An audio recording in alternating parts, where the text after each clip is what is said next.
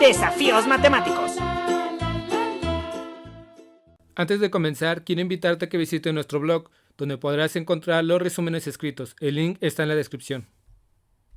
Buen día, este es el resumen de las actividades Aprende en Casa del 11 de febrero para cuarto grado. Comenzamos con geografía. El tema es ¿cómo se distribuyen los grupos culturales en México? Seguirás conociendo los grupos culturales que conforman a la sociedad mexicana.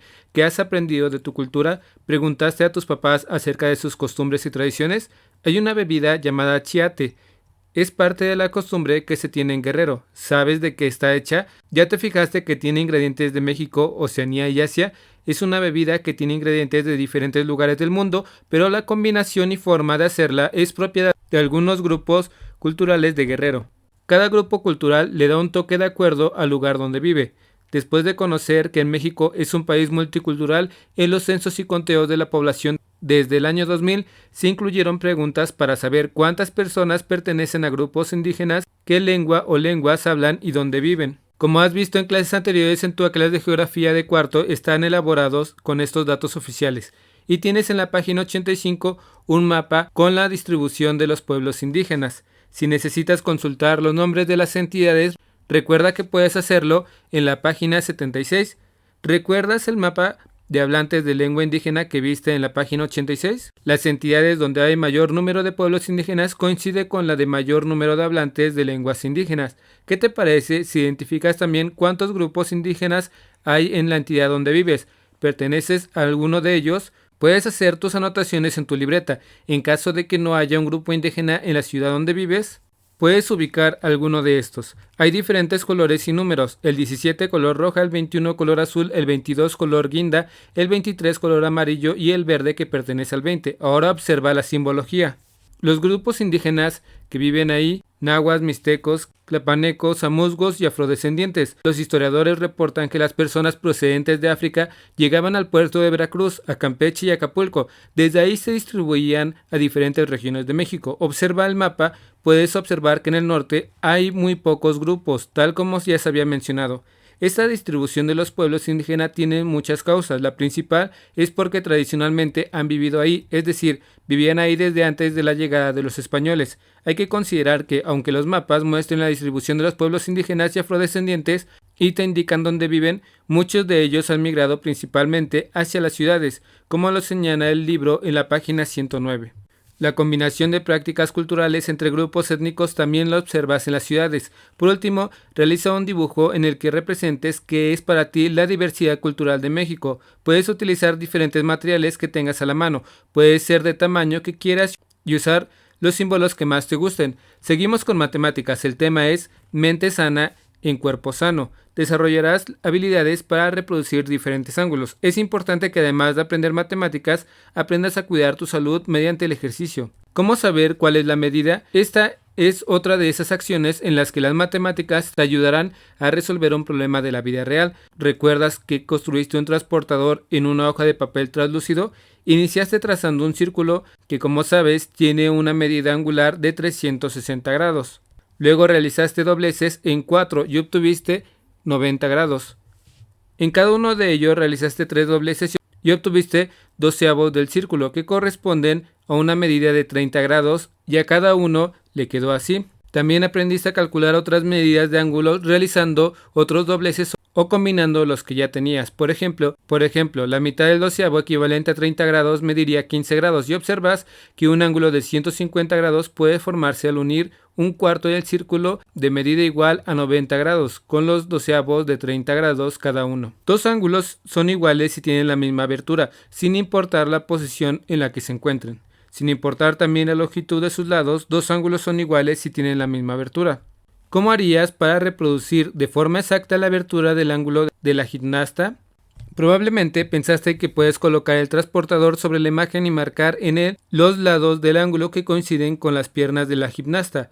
Una estrategia diferente es la de marcar el compás solo los puntos que debes unir para formar el ángulo. Después, lleva esas marcas al trazo del nuevo ángulo. La longitud de los lados y la posición no determinan la abertura, o sea, la medida de un ángulo. ¿Cómo se puede reproducir el ángulo que dibujan las piernas de la gimnasta en esta imagen? Lleva esas medidas a tu cuaderno y reproduce el ángulo uniendo los puntos con una regla. No importa la longitud de los lados ni la posición, el ángulo tendrá la misma medida. Describe en tu cuaderno el procedimiento que utilizarías. Con el transportador que construiste, reproduce en tu libreta otras medidas de diferentes ángulos que se forman en algunos objetos de tu casa, como diferentes aberturas de una puerta en relación con el marco, los vértices de la televisión, aparatos de ejercicio, dibujos en algunos libros, imágenes en la computadora y hasta tu juguete favorito. Seguimos con lengua materna. El tema es tiempos verbales, pasado y presente. Conocerás la importancia de los verbos y su conjugación en los tiempos verbales, presente y pasado. Dentro de las oraciones, cuando los verbos se refieren al presente, es porque está sucediendo en ese mismo momento. Y cuando se habla de algo que pasó antes, entonces se hace referencia al pasado.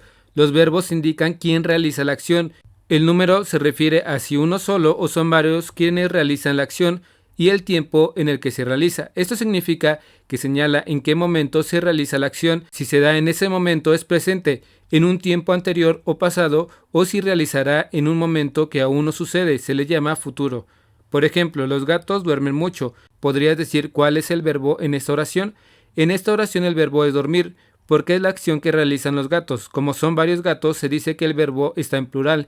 Y como la acción la está haciendo en ese momento, se dice que está en presente. Los gatos durmieron mucho ayer. Ahora tienes el verbo dormir en presente y pasado. Duermen y durmieron. Si fuera un solo gato, pero el género femenino, ¿cómo sería el presente y pasado? Es la oración en presente y la gata durmió mucho sería la oración en pasado. ¿Conoces el cuento que es de un ratón que visitó a su madre? ¿Ya lo leíste? Este cuento está escrito en pasado. Para ir a visitar a su mamá, el ratón compró un coche, luego compró unos patines, también compró un par de tenis y corrió muchísimo. Recuerda que los verbos en su forma infinitiva no se sabe quién realiza la acción, ni el tiempo en el que se realiza, tampoco el número de quién o quiénes realizan la acción. ¿Ya tienes algunos verbos en mente? Por ejemplo, nadar, cocinar, comer, dormir, manejar, escribir, roncar. Ahora vas a jugar un juego que se llama La máquina del tiempo. Es una actividad que te ayudará a ejercitar el uso de los tiempos verbales. Para realizarlo, puedes utilizar una caja que tengas, escribe algunos verbos en papelitos y mételos en la caja. Deberás conjugarlos en presente y pasado. Posteriormente acomodarás los verbos en el tiempo y la persona que corresponda en la siguiente tabla. Puedes copiarla en tu cuaderno. Algunos verbos que se sugieren son los siguientes: comer, dormir, viajar, vestir, caminar, manejar, escribir, roncar, cocinar y pasear. Seguimos con inglés. El tema es Story Time. En esta sesión compartiré la leyenda de los volcanes. Había una vez una hermosa princesa llamada Itza. Los guerreros viajaban de diferentes lugares para conocerla. Ella no estaba interesada en ninguno de ellos. Un día un guerrero llamado Popoca fue a verla y le dijo: princesa, no tengo regalos caros que ofrecerte, pero si te casas conmigo te prometo amarte cada vez que el sol salga y permanecer a tu lado por siempre. Popoca reunió a sus hombres y se marcharon para luchar contra Jaguar. Estaba claro que Popoca y los hombres los vencerían. Jaguar, al darse cuenta que sería vencido, se le ocurrió un plan. Envió un mensajero de Popoca a decirle a Itza que Popoca había muerto y le sugirió que le ofreciera una poción para que se durmiera. Al escuchar la noticia, Itza gritó: «Esto no puede ser». «Sé cómo te sientes, princesa», dijo el mensajero, «pero toma esto, princesa, te ayudará a sentirte mejor». Al siguiente día, Popoca venció a Jaguar, regresó al palacio, iba muy feliz de compartirle la buena noticia al emperador y a la princesa. «Un mensajero nos dijo que habías muerto». A la princesa se le rompió el corazón y tomó algo extraño. «Ahora no podemos despertarla». Corrió a su habitación y la tomó en sus brazos. Él la cargó y la llevó al monte, acostada en una cama de flores. Permaneció a su lado como la prometió. Al pasar el tiempo, sus cuerpos fueron cubiertos por la nieve. Ahora son dos de los más altos volcanes. ¿Lograste encontrar o imaginar cómo terminaban los relatos de hace 2 semanas? Recuerda que aquí leímos que eran 2 viajeros que llegaron a un poblado y nadie les quería compartir alimento y decidieron preparar una comida mágica. ¿Qué crees que descubrí? What? Que además de la piedra Stone que se le agregó a la sopa, también le pusieron algunas verduras. Like what? ¿Como cuáles? Papyrus, papas, tomatoes, jitomates, carrots, zanahorias, and celery y apio. Finalmente, el pueblo pasó un gran momento con los viajeros. And guess what? ¿Qué crees? The story happened and culture around the world. Este cuento aparece en culturas alrededor del mundo. Se dice que aquí en México hay una versión en la que se sitúa en los tiempos de la Revolución Mexicana. Recuerda que cuando el grillo llegó al norte, El alce y el búho le advirtieron refugiarse del frío. Sí, pero el grillo no les hizo caso. A la mañana siguiente, el grillo estaba listo para irse a casa y contarle el viaje a la hormiga, pero sus alas se congelaron. El reto de hoy es el siguiente. Los invito a leer sus cuentos favoritos en inglés. Poco a poco lo lograrán. Recuerda que lo puedes leer tantas veces como quieras. Busca estos u otros cuentos en tus libros de texto o en internet con el apoyo de un adulto. Espero que este video te ayude un poco. Si conoces a alguien que le pueda ayudar este video, comparte. Dale like y suscríbete. Saludos.